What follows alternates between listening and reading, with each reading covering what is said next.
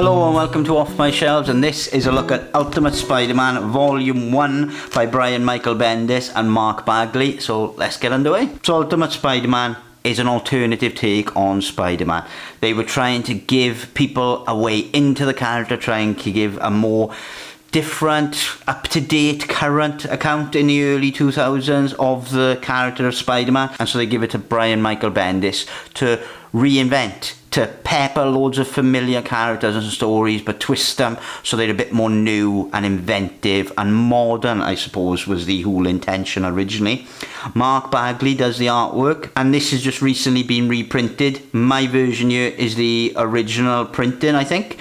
And yeah, so it comes with a dust jacket, but underneath the dust jacket is a red and silver foiled Ultimate Spider-Man logo. The build of this omnibus is slightly different from the reprint. You get a wraparound cover on the boards of the reprint. The spine is a bit more sturdy on the reprint as well, because this has got that old Marvel Omnibus spine which was a bit more flimsy. Like, it doesn't mean that the book is going to fall apart or anything, but the spine curves and bends in ways that you wouldn't find really on too many modern Marvel omnibuses. Sewn binding, really good, really well made. I think it's a little bit thicker than the other one, which probably is an indication of thicker page stock on this one, but either way, it's a really well made omnibus, and it has been well loved and well read.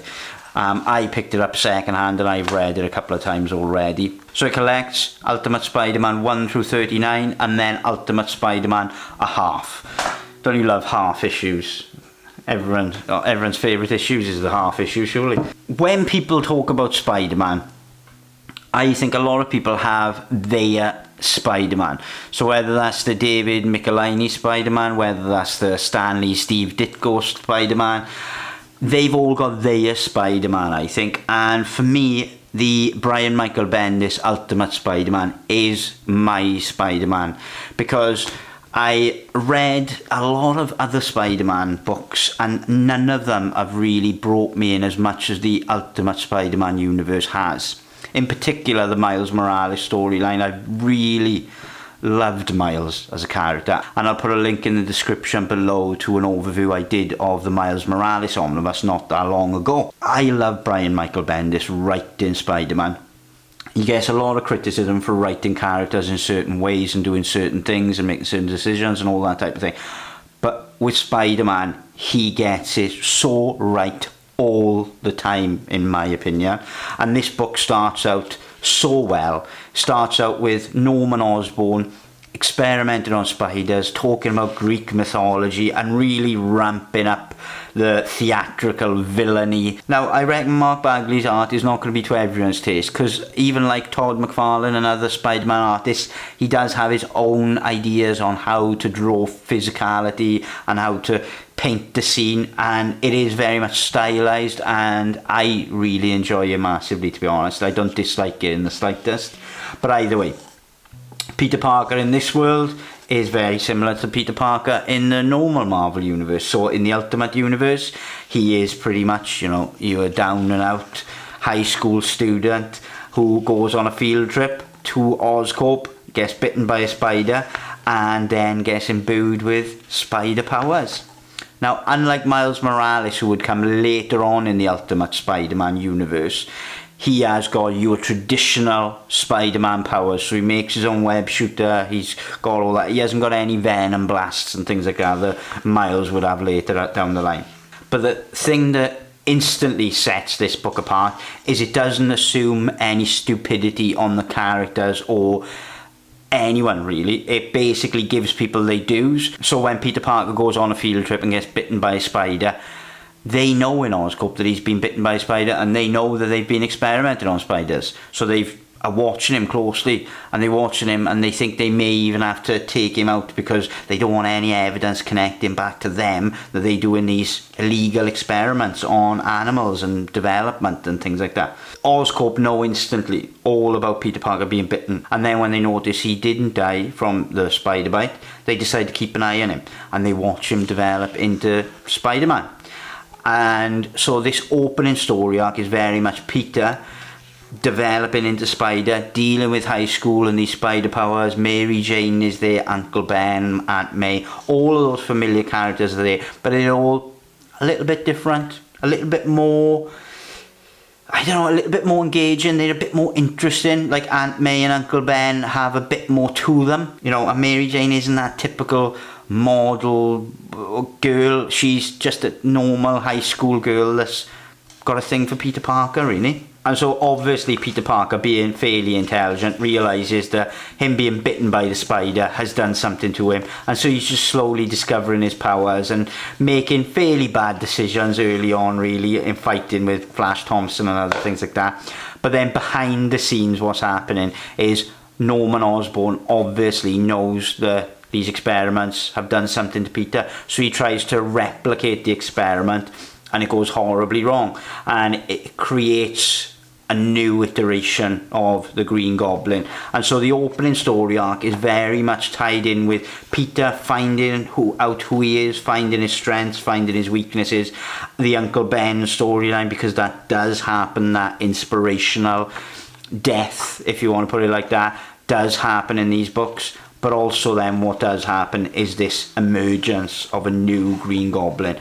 And what a way to start a story arc, really. Peter, being totally known by the Green Goblin and Oscorp, changes it totally, because no longer can he hide his family or his loved ones, because they already know. And then later on, when Norman has a bit of a resurgence, which you can tell he will as soon as the first story arc ends, it's just got a very much more direct and serious tone, because there's no faffing about, there's no messing about. Norman Osborn knows who he is, where he's from, who he loves, what buttons he needs to push straight away, really. Brian Michael Bendis, in the same way as the Miles Morales story arc, he just knows how to write a younger person. Like, he doesn't come across as a man, he comes across as a 16-year-old kid, and that's really good, and a mark of a great writer, I think, because there's no point in this entire book that you think Peter Parker is not sounding like a 16-year-old or not acting like a 16-year-old. He's making rash, silly decisions, but he's constantly making mistakes and constantly trying to rectify those mistakes.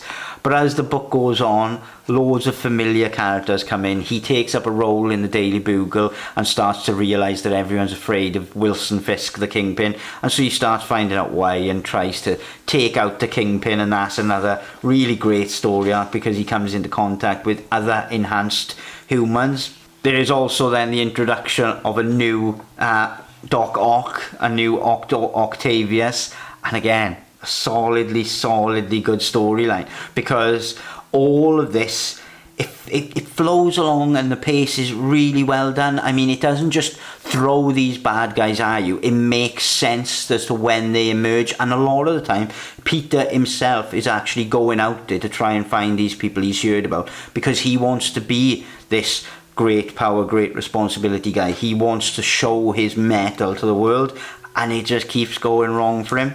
But the Doc Ock storyline is fantastic. The other thing as well I really enjoy is how honest he is in his relationship with Mary Jane, how he tells her outright that he's Spider-Man, and the problems that brings for Mary Jane are really real and feel real as well, because even though she knows and she thinks it's cool a lot of the time, you see her struggles with knowing that this guy she loves is going out there being beaten up and pushing himself to the brink of death in certain cases, being a hero, and then being asked to sit at home and watch that happen. It's a big ask, particularly for 15-16-year-old girl, and she struggles dealing with that. And so that's great. It's a great addition to the Mary Jane character, because it gives her far more than just a one-dimensional girlfriend. She's far more nuanced in her character development, I think. And it all builds as well, I should say, to the conclusion, which is the Venom story arc. And the Venom story arc is fantastically done in here. Gone is this alien symbiote that's coming down from the stars to infect a suit. This is far more, right, how do we get that storyline but then not have this otherworldly influence? And they tie it in with Peter Parker's scientific father and Eddie Brock's scientific father coming together and creating a material that can form a protective layer around someone, but then the formula for that being drastically wrong and causing Venom-like problems, really. But the Venom story arc in this is such a good way to finish, because it brings together Peter's past and his upbringing, which is kind of overlooked and ignored. You know of his parents, but it leaves it to one side. Peter's constantly moving forward, trying to better himself, falling down, but then trying to pick himself back up, so that he doesn't have time really to focus on his parentage. But then the Venom story arc is a perfect time to focus on that. I absolutely love this. I really do. Like I say, the ultimate iteration of Miles Morales is probably my favourite iteration of Spider-Man. But this, even if you just get this one, right, you don't have to get, you know, Volume 2, which is coming out and has been solicited, or Volume 3 or Volume 4. I think it's probably either 4 or 5 of these will take you up to the point where Miles Morales' storyline will kick in. So even though when you get to the end of this, you do leave Peter in a place that he's not happy, not fulfilled or anything like that, certainly not an ending necessarily, but I would think that you could read this entire volume and then just not read the rest of it, because it does everything that you want from Spider-Man.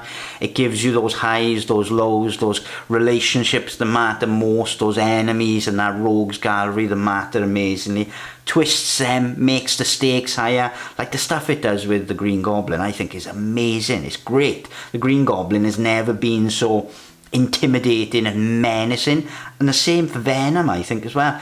This is the Spider-Man that I love most. Peter Parker and Miles Morales, the Ultimate Spider-Man universe, is certainly my Spider-Man. So yeah, I hope you've enjoyed having a look at Ultimate Spider-Man with me. Thank you very much for watching, and I will catch you on the next one.